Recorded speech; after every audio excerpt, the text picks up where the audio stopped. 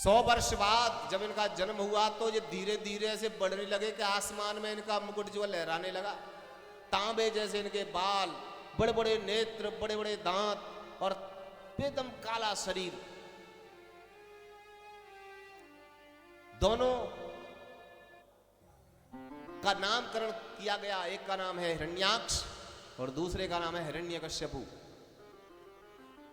विदुर जी पूछते हैं, गुरु जी ये कौन थे?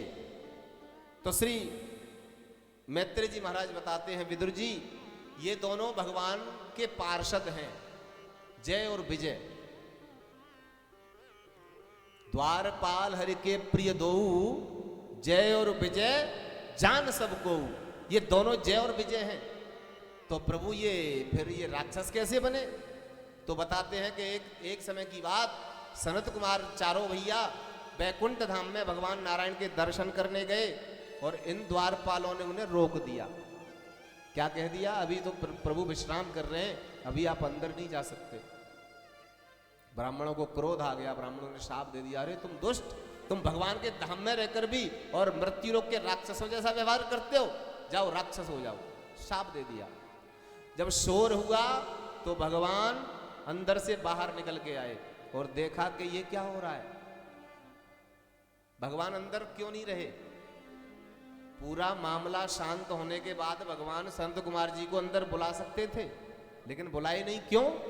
क्योंकि बैकुंठ में आकर के भी तुम्हें क्रोध ने घेर रखा है, तुम्हारे ऊपर क्रोध का प्रभाव है बैकुंठ में आने के बाद भी, लेकिन महसूस नहीं होने दिया। कह क्या रहे हैं?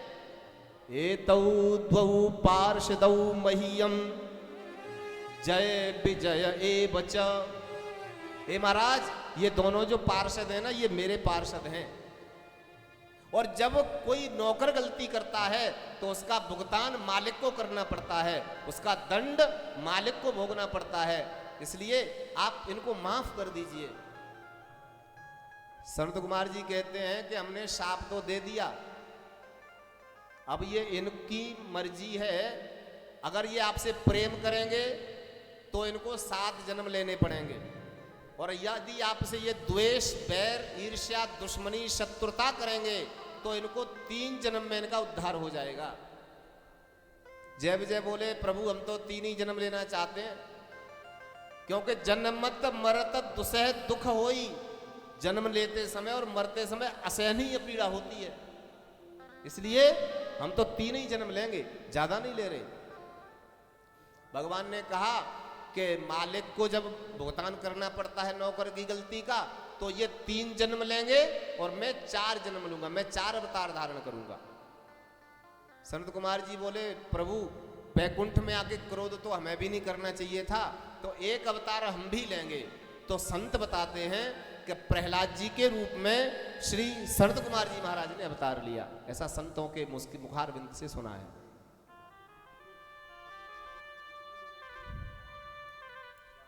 दोनों का जन्म हुआ। जन्म होने के बाद तप किया, तप करके ताकत प्राप्त की, बल प्राप्त किया, विजय प्राप्त करने के लिए, दिग्विजय करने के लिए निकल पड़े। चारों तरफ देखा, कोई नहीं मिला।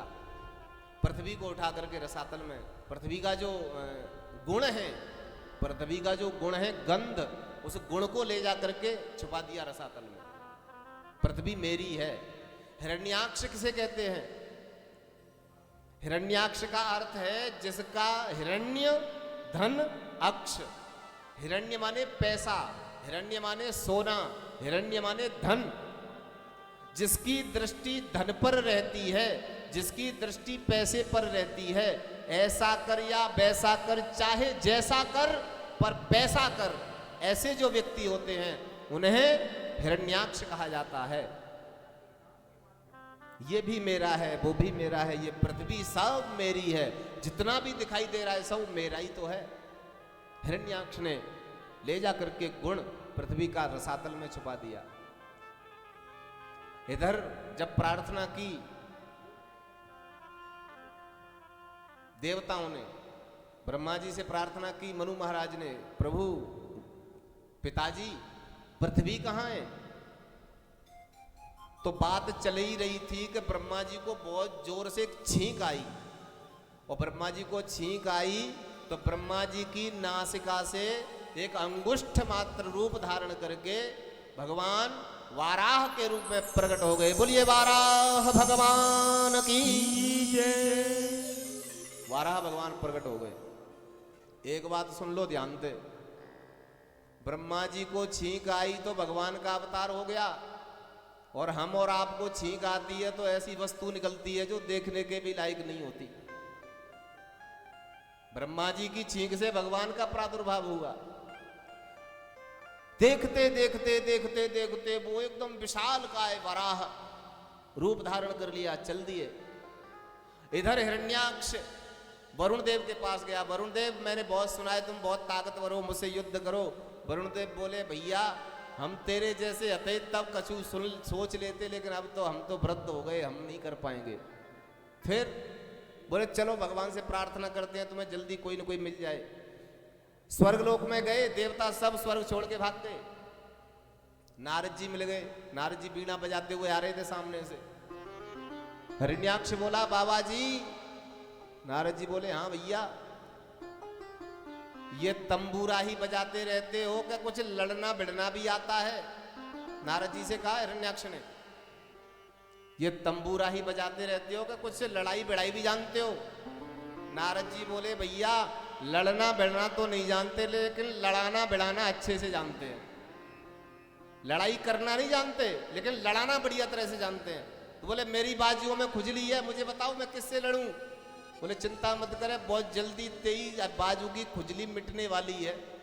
कहाँ है वो? देख वो सामने से एक बार तेरी पृथ्वी को लेके चला आ रहा है। भगवान अपने डाढ़ों पर दांतों पर रख करके लेके आते, पृथ्वी को यथास्थान स्थित करके प्राणों का संचार किया और फिर लौट करके आए। और फिर हिरण्याक्ष से कहा बोल क्या कह रहा था तू? तो हिरण्याक्ष कहता है ए बन के मेरे, ए जंगली शूकर, कहां मेरी पृथ्वी को लेके जा रहा है? भगवान तब नहीं बोले, जब पृथ्वी को रख के आए लौट के तब कहा सत्यम वयम भो वन गोचरा मृगा युष्मन विधान मृग ये ग्राम सिंहान। तुम सत्य कह रहे हो, मैं तो जंगली शूकर हूं, लेकिन मैं तुम जैसे ग्राम सिंहों को ढूंढता हुआ घूम रहा हूं। ग्राम सिंह किसे कहते हैं आप जानते होंगे? गांव का जो शेर होता है उसको ग्राम सिंह कहते हैं, श्वान को ग्राम सिंह कहते हैं। मैं तेरे जैसे ही ग्राम सिंहों को ढूंढता फिर रहा हूं। युद्ध प्रारंभ हुआ। युद्ध प्रारंभ हुआ, काफी देर तक तो भगवान खेलते रहे, और जब आवेश आया उठा करके एक थप्पड़ का प्रहार किया। हिरण्याक्ष का जो है देहांत हो गया। बोलिए गोविंद भगवान की।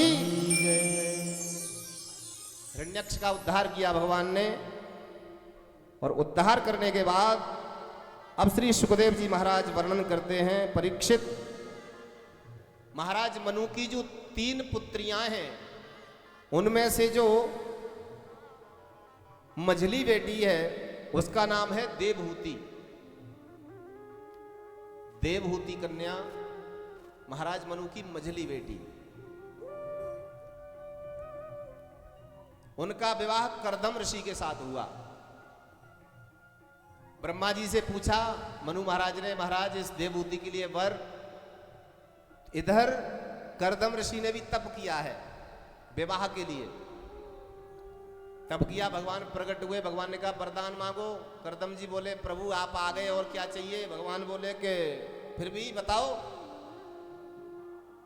बोले नहीं कुछ नहीं चाहिए। भगवान बोले तो हम तो तुम्हारे विवाह के लिए बात करके आए हैं मनु महाराज से। तो करदम ऋषि बोले प्रभु अगर आप पुत्र बन के मेरे घर पे आओगे तो मैं विवाह कर सकता हूं। भगवान ने कहा ठीक है हम आ जाएंगे। आज से तीसरे दिन महाराज मनु और महारानी शत्रुपा नारद जी के साथ में आएंगे अपनी बेटी को लेकर के, और आप उसका पानी ग्रहण कर लेना। ठीक है महाराज। नियत समय पर महाराज मनु अपनी बेटी को लेकर के आते हैं, और आए तो करदम ऋषि ने 4 आसन डाले। ध्यान से सुनना आप। करदम ऋषि ने 4 आसन डाले, एक मनु महाराज के लिए, एक महारानी शत्रुपा के लिए, एक नारद जी के लिए और एक अपनी होने वाली पत्नी देवहूति के लिए। श्री मनु महाराज बैठ गए, महारानी शत्रुपा भी बैठ गई, नारद जी भी विराजमान हो गए।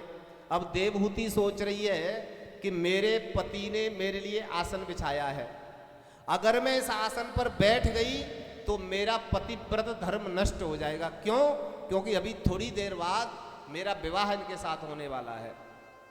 इनके बिछाए हुए आसन पर मैं बैठ गई तो मेरा धर्म नष्ट हो जाएगा, और अगर मैं आसन पर नहीं बैठी तब मेरे पति का अपमान होगा।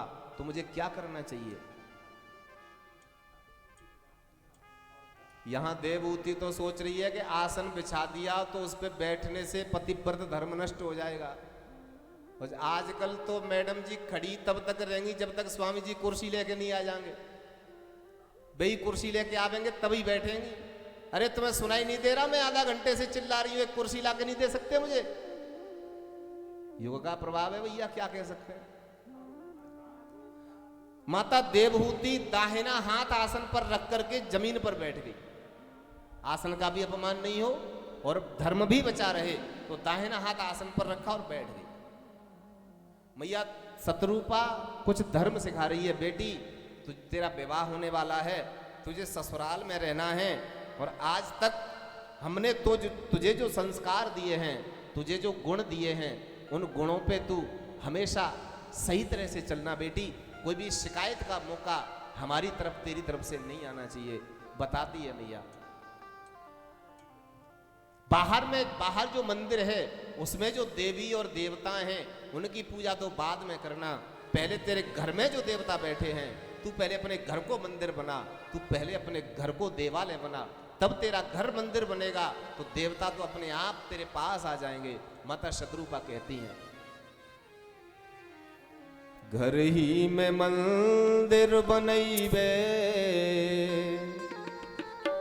घर ही में मंदिर बनैबे, अनत कहूँ भटके न जैबे।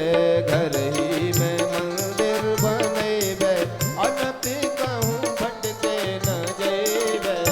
घर ही मंदिर बनैबे, अनत कहूँ भटके न जैबे।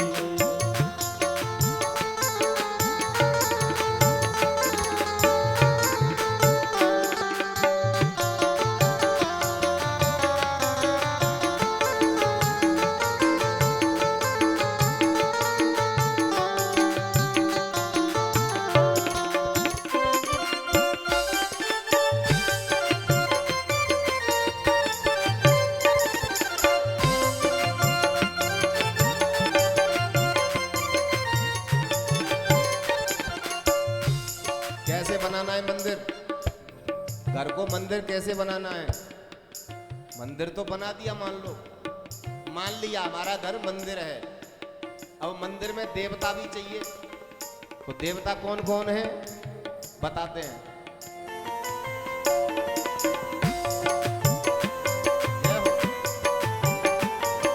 सासू को गौरा, ससुर को शंकर, सासु को गौरा, ससुर को शंकर।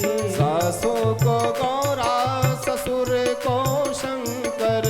सासु को गौरा, ससुर को शंकर। पति को विष्णु बनैबे, अनत कहूँ भटके न जैबे। पति को विष्णु बनैबे।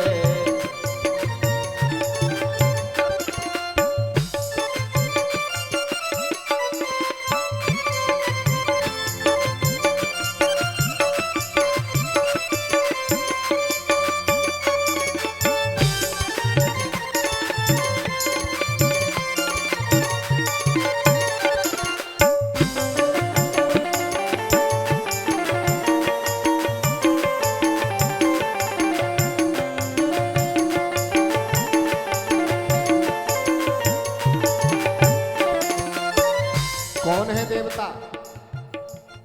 सास को गौरा,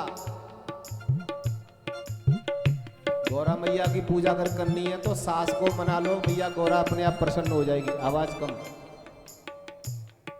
गौरा मैया की पूजा करनी है तो सास को मनाइए, और भगवान शंकर को मनाना है तो ससुर जी को मनाइए। नवरात्रि आ रही है आगे 13 अप्रैल से। बहुत माताएं व्रत रखती हैं नवरात्रि का। कोई बतासे खाकर रहती हैं, कोई लौंग का जोड़ा खा के रहती हैं, कोई आलू खा के रहती हैं, कोई पूरे दिन नंदी का मुंह चलता ही रहता है, व्रत भी रहती है, सब तरह से रहती हैं। अच्छा, अब घर से निकली वो लोटा लेकर के 4-5 लोटे रख के ले जाती है। जितनी पथवारी बैठी हैं सबने नभानो। एक में लोटा लेकर जाके एक कटोरी में एक अंगारा रखा होगा आग का, उस पे घी डला होगा, उस पे आग मतलब ज्वालामुखी चल रही होगी, और जा रही है देवी घर में। दरवाजे पे जैसे ही पहुंची बगल में सास बैठी है। सास ने कही, बेटा बहू, अरे मुझे थोड़ी प्यास लगी है, एक गिलास पानी दे जा। डुकरिया तो सवेरी सवेरे कौन सी तेने मक्का की खाई ली, तो प्यास लग आई, वो पूजा मत कर लंदियो। और बाने लोटा अलमारी में रखे, बाल्टी लेके आई और पूरी की पूरी बाल्टी डाल दी सास के ऊपर, लो पी लो गंगा जल। अब मुझे आप ही बताइए, क्या वो पथवारी आपके लोटा को स्वीकार करेगी? बताइए। अरे जब घर में बैठी हुई माँ तुमसे प्रसन्न नहीं होती है, तो मंदिर वाली माँ भी ये कहेगी, बेटा पहले शरीर जो माँ तेरे घर बैठी है तू उसको प्रसन्न कर, मेरे पास बाद में आना, तब मैं तुझसे बात करूंगी, तब मैं तुझसे प्रसन्न होंगी, तू पहले उसको तो खुश कर। ससुर जी ने रोटी की कही, थाली ऐसे पटकी के जाने नौकर से भी बदतर स्थिति है इसकी। और भला है बुरा है जैसा भी है, आगे क्या है हमें पता नहीं। माताओं को पता होगा आगे क्या है, बताए दो, हमें पता पच जाएगी क्या चीज है, बता तो दो। भला है बुरा है जैसा भी है, को ना कहो चाहे रो, मान तो सब रही है, कहो बिल्कुल मत, मानो तो सही, मत सुनाओ हम ना सुनवो चाहे रे। पति को विष्णु बनैबे, आनत कहूँ भटके न जइबे। पति को विष्णु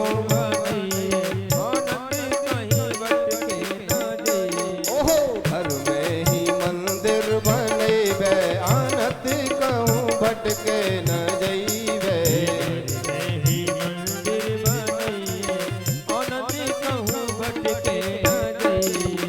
हरि बोल।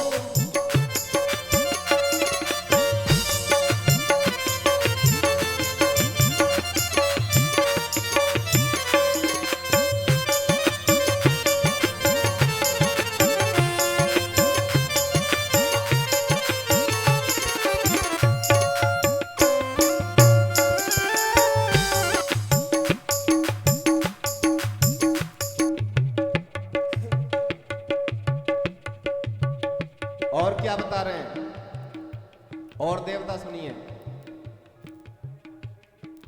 नंदी को दुर्गा जिठानी को तुलसा, नंदी को दुर्गा जिठानी को तुलसा, नंदी को दुर्गा जिठानी को तुलसा, नंदी को दुर्गा जिठानी को तुलसा। दौरानी को देवी बनैबे, आनत कहूँ भटके न जइबे। दौरानी को देवी बनैबे, आनत कहूँ भटके न जइबे। ओहो घर में ही मंदिर बनैबे, आनत कहूँ भटके न जइबे।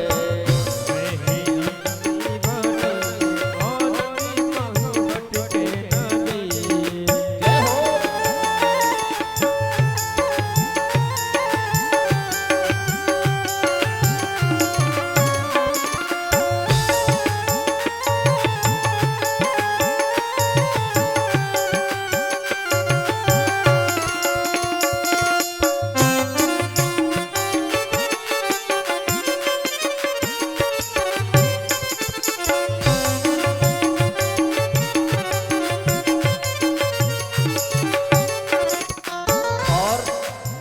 और कौन कौन देवता हैं? नंदी को दुर्गा, दुर्गा मैया को मनाना है तो ननदी को मना लो। और जेठानी को तुलसा, कार्तिक महीने में स्नान करना है तो जेठानी को मनाओ, जेठानी को प्रसन्न रखो, तुलसा मैया अपने आप प्रसन्न हो जाएगी। ननद किसे कहते हैं आप लोग सब जानते होंगे। ननद उसे कहते हैं जो सबको आनंद प्रदान करे, हर किसी को प्रसन्नता प्रदान करे, उसको ननद कहते हैं। और भाभी, भाभी उसे कहते हैं जो भाभी को मिटा दे, जो आगे आने वाली जो घटना है उस घटना को अपने आप ही वो खत्म कर दे, किसी और को पता न चलने दे, उसको भाभी कहते हैं। लेकिन आजकल तो सब उल्टी है। ननद वो है जो मैयो है भाभी के खिलाफ भड़का रही है, भाभी वो है जो मैयो है बहू के खिलाफ भड़का रही है। वही सिस्टम है आज के जमाने में। अब देवता तो बहुत हो गए, अब पुजारिन अकेली रह गई, तो एक सहयोगी भी चाहिए। सहयोगी कौन है सुनिए।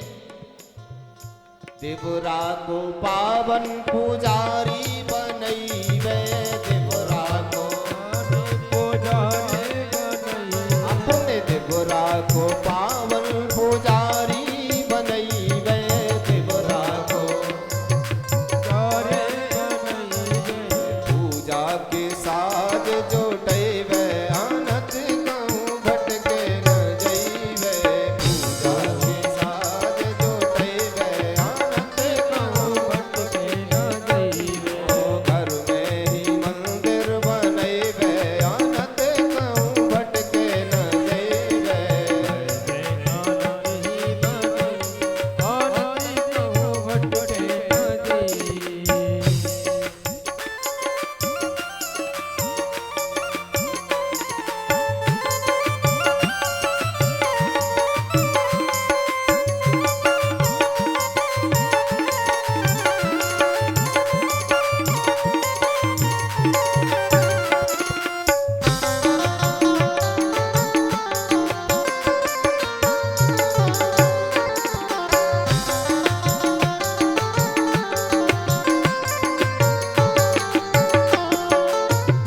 कौन है सहयोगी? देवरा को पावन पुजारी बनैबे, अपने देवर को सहयोगी बनवा लो। पत्र पुष्प जल सब जो भी लाना है बोल दो, देवर जी लेके आ जाएंगे। अब पूजा कैसे करनी है ये सुन लीजिए। ये मेन जो बात है, मुख्य जो बिंदु है वो ये है, पूजा करनी कैसे है। बाल्टी पानी की भर के नहीं चढ़ानी, पंचामृत बना के स्नान नहीं कराना। क्या करना है? तू मीठी वाणी की घंटी बजैबे, तू मीठी वाणी की घंटी बजैबे, तू मीठी वाणी की घंटी बजैबे, तू मीठी वाणी की घंटी बजैबे, ओ संतन ने नौत जे मैबे, आनत कहूँ भटके न जैबे, संतन को नौत जे मैबे, आनत कहूँ भटके न जैबे, घर में ही मंदिर बनैबे, आनत कहूँ भटके न जैबे।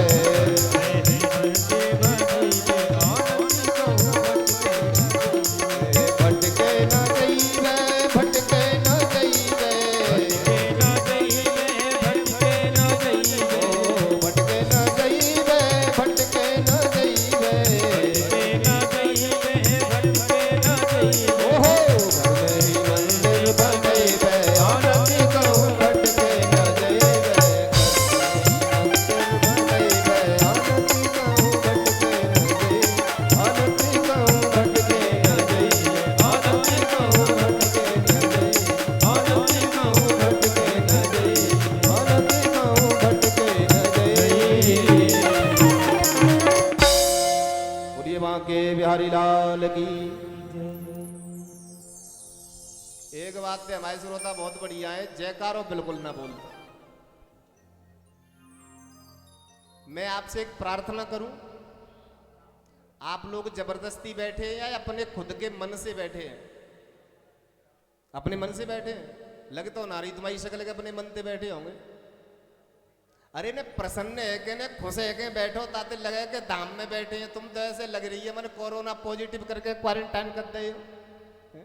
अरे भैया मैया हो दादा हो ने प्रसन्न ने कमाऊ मन लगे ताते तुम्हारी शक्ल देख के हमें और नीरसता आ रही है। तुमने हंसोगे तुमने बढ़िया तरह बैठोगे तो और मन लगेगा कथा में। बोलिए बांके बिहारी लाल की। मैया देवहूति को उपदेश दिया। माता शत्रुपा ने कहा बेटी तू मीठी बाणी की घंटी बजाइबे। वृद्ध माता पिता कभी नहीं चाहते, वृद्ध दादा दादी कभी नहीं चाहते कि मेरा बेटा मुझे मिठाई लाके खिलाए, मेरा बेटा मुझे बढ़िया बढ़िया वस्त्र पहनाए, मेरा बेटा मेरी पूजा करे। नहीं चाहते। वो तो ये चाहते हैं कि मेरा बेटा जब घर से बाहर जाए और जब घर में अंदर आए तो 2-2 मिनट मेरे पास बैठ जाए और अपनी मुझे सुना दे और मेरी खुद सुन ले। केवल इतना चाहते हैं माता पिता, और इतना भी आज की संतान से नहीं हो पाता। भैया शत्रुपा वहां से विदा लेती है। देवहूति जो कन्या है महाराज मनु की, विवाह कर्दम ऋषि के साथ हुआ और विवाह होते ही कर्दम ऋषि की समाधि लग गई। 40 वर्ष बीत गए समाधि को। समाधि लगी तो देवहूति ने श्रृंगार उतार के रख दिया और पति की सेवा में लग गई। स्नान कराती है, वस्त्र पहनाती है, खुद कभी पत्ते खा लेती है, कभी फल खा लेती है, कभी केवल जल पी के ही रह जाती है। पति की सेवा में लगी है। 40 वर्ष बाद जब कर्दम ऋषि की समाधि खुली तो देखा एक देवी मेरी सेवा कर रही है। तो पूछा देवी तुम कौन हो? सुनना ध्यान से। विवाह के 40 साल बाद कर्दम ऋषि पूछ रहे हैं अपनी पत्नी से देवी तुम कौन हो? और आज के जमाने में 4 मिनट बाद अगर स्वामी जी श्रीमती से पूछ लें देवी तुम कौन हो तो जवाब ऐसा मिलेगा कि जिंदगी में दोबारा नहीं पूछेगो देवी तुम कौन हो। बढ़िया जवाब मिलेगा।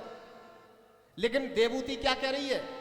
स्वामी जी 40 वर्ष पहले मेरा आपके साथ विवाह हुआ था, मैं आपकी धर्म पत्नी हूं।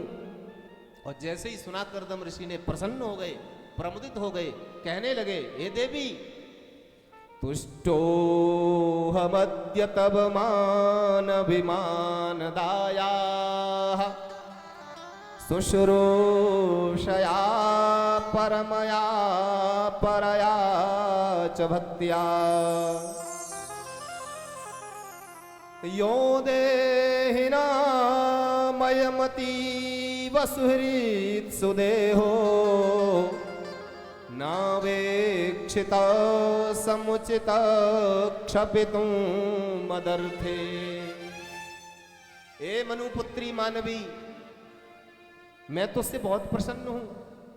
अपना शरीर हर किसी को बहुत प्रिय होता है और मेरी सेवा के कारण तूने अपने शरीर को सुखा दिया। मैं तुझसे प्रसन्न हूं, वरदान मांग ले, क्या चाहिए?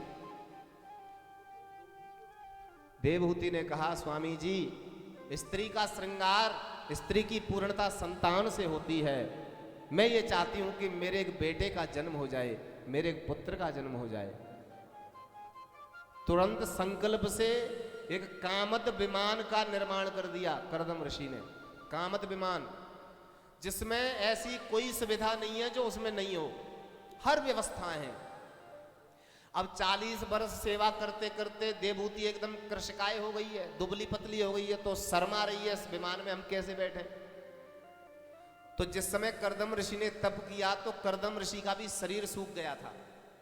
भगवान जब दर्शन देने आए तो कर्दम ऋषि के शरीर को देख करके भगवान के नेत्रों से आंसू गिरा, एक आंसू गिरा और उस आंसू से एक बिंदु सरोवर नाम का एक तालाब प्रकट हुआ। एक बिंदु सरोवर नाम के तालाब का निर्माण हुआ। वो तालाब सामने ही था। कर्दम ऋषि बोले देवहूति इसमें तुम स्नान कर लो। देवहूति मैया जैसे ही उसमें डुबकी लगाई, बाहर निकल के आई, ऐसी लग रही है जैसे स्वर्ग की अप्सरा हो। विमान में बैठे काफी समय तक घूमते रहे। घूमते घूमते 9 कन्याओं का जन्म हो गया। 9 कन्याओं का जन्म हो गया। कर्दम ऋषि ने कहा मैंने तो भगवान से कहा था कि एक संतान होते ही मैं वन में चला जाऊंगा, अब देवी अब तो मैं वन में जाता हूं। देवहूति कहती है स्वामी जी ये सब तो पराया धन है, मैं अपना जीवन यापन किसके सहारे करूंगी, आप मुझे वो बताइए। ये तो पराया धन है, ये मेरी थोड़ी है। हाँ मैंने भगवान से भी तो वरदान मांगा था कि प्रभु आपको मेरे यहां पुत्र बन के आना है, वो भी तो आएंगे। कब आएंगे? अगर हमें भगवान को अपने पुत्र के रूप में प्राप्त करना है तो हमें पहले 9 बेटियों को जन्म देना पड़ेगा। ब्लड प्रेशर हाई तो नहीं हो रहा है किसी का? सोच रहे होंगे महाराज जी आज के जमाने में एक बेटी अगर जन्म हो जाए तो जो लगते जाने का होगा। देश की स्थिति, दुनिया की स्थिति बड़ी गंभीर है। एक बेटी की भी सुरक्षा करना, एक बेटी का भी ध्यान रखना बड़ा कठिन है। 9 बेटियों का कैसे होगा? तो श्री सुखदेव जी कहते हैं 9 बेटियां। ये 9 बेटियां कौन है? ये नवदा भक्ति है। श्रवणम कीर्तनम विष्णु स्मरणम पाद सेवनम अर्चनम वंदनम दास्य सख्यमात्म निवेदनम। नवधा भक्ति है।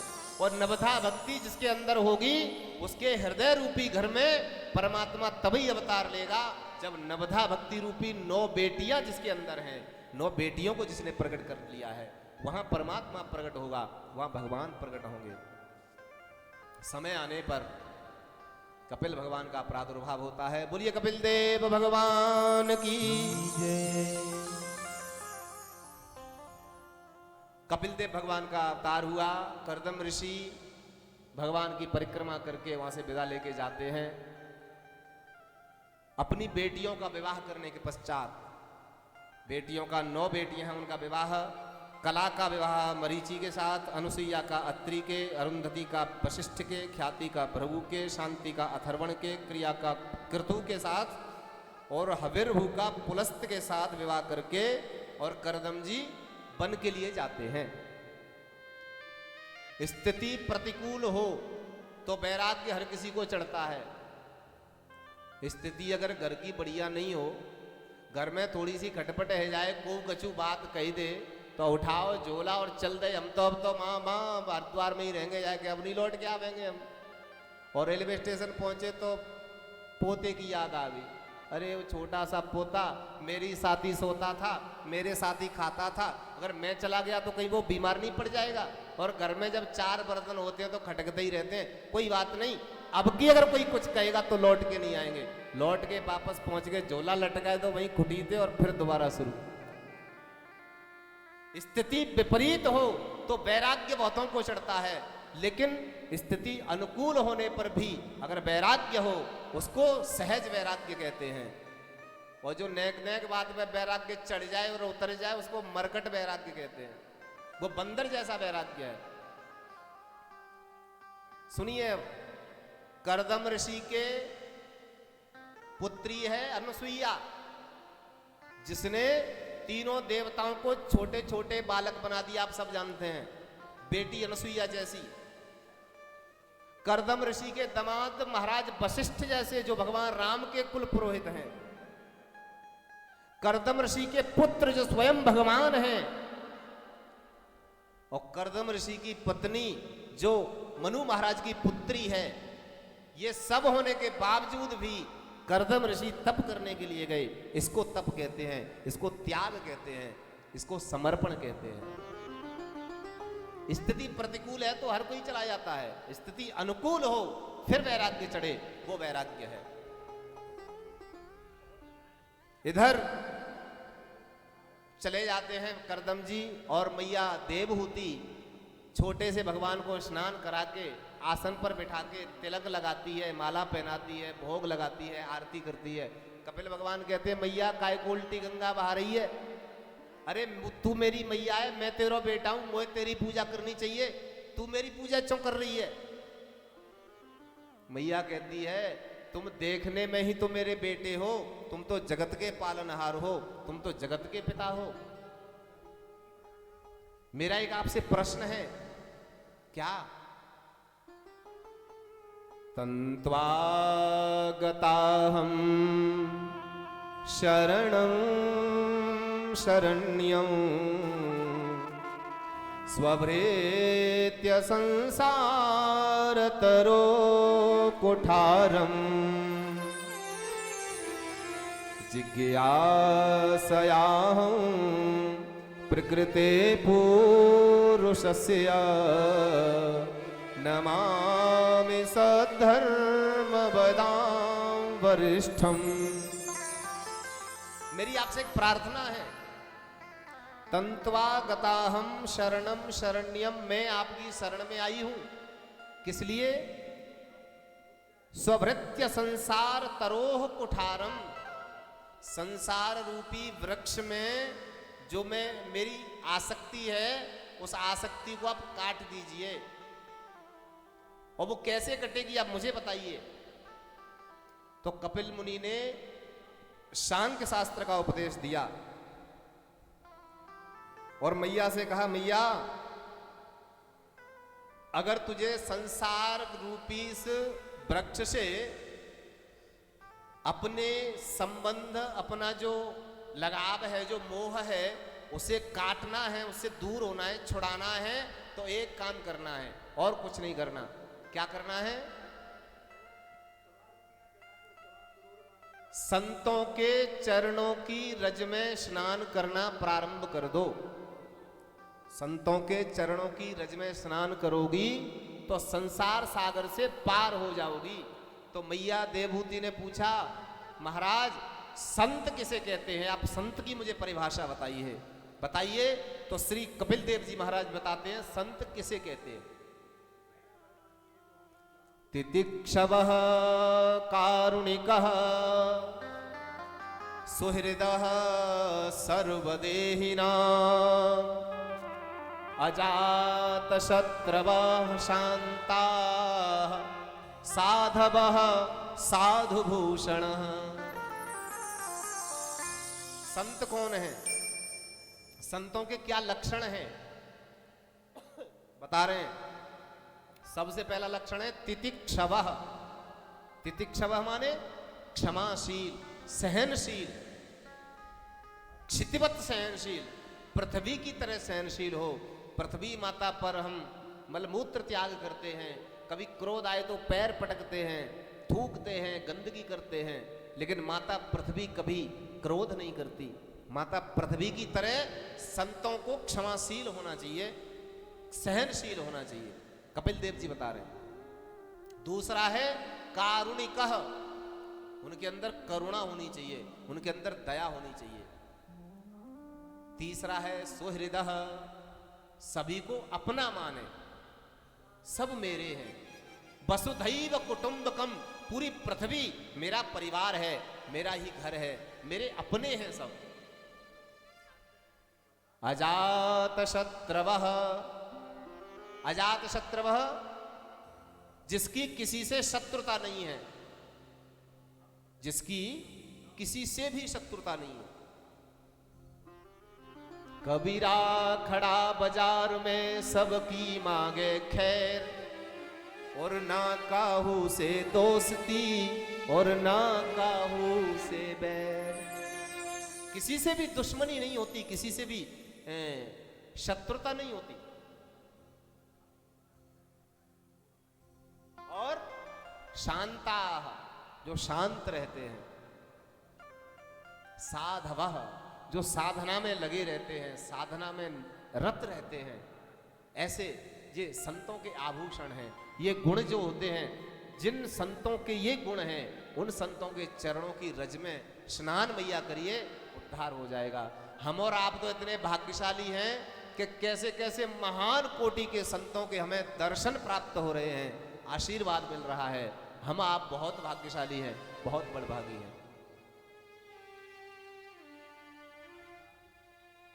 इस तरह से श्री कपिल देव जी महाराज मैया को सांख्य शास्त्र का उपदेश दे करके और वहां से गंगा सागर के लिए विदा लेते हैं। गंगा सागर में आसन लगा करके तप करते हैं और श्री सुखदेव जी वर्णन करते हैं, परीक्षित, मनु महाराज की जो दूसरी बेटी है बड़ी, उसका नाम है आकुति, और वो रुचि प्रजापति के साथ में ब्याही गई और उनके यज्ञ नारायण भगवान का प्रादुर्भाव हुआ। बोलिए यज्ञ नारायण भगवान की। यज्ञ नारायण भगवान का विवाह दक्षिणा नाम की पत्नी से हुआ। इसलिए यज्ञ हवन पूजन पाठ जब हम करवाते हैं तो ब्राह्मण को आचार्य को दक्षिणा देते हैं, क्योंकि यज्ञ की पूर्णता दक्षिणा से है। दक्षिणा के बिना यज्ञ अपूर्ण माना जाता है।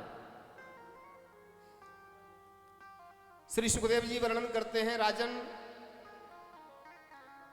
अनुसुईया के चरित्र का वर्णन किया। अनुसुईया के यहाँ तीनों देवताओं ने पुत्र के रूप में जन्म लिया। वहां भगवान शिव के अंश से दुर्वासा मुनि, ब्रह्मा जी के अंश से चंद्रमा और नारायण के अंश से भगवान दत्तात्रेय का प्रादुर्भाव होता है। अब मैत्रेय जी कहते हैं, विदुर जी, मनु महाराज की सबसे जो छोटी बेटी है उसका नाम है आकुति, प्रसूति, उसका नाम है प्रसूति, और वो प्रजापति दक्ष के लिए ब्याही गई। अब ये कनखल जो जगह है, यहां पर दक्ष ने यज्ञ किया था, प्रजापति दक्ष ने। यहां माता सती पधारी, उन्होंने अपना शरीर छोड़ दिया। फिर भगवान शंकर आए। अब ये तो बहुत अतिशय पवित्र जगह है, अब ये तो धाम है।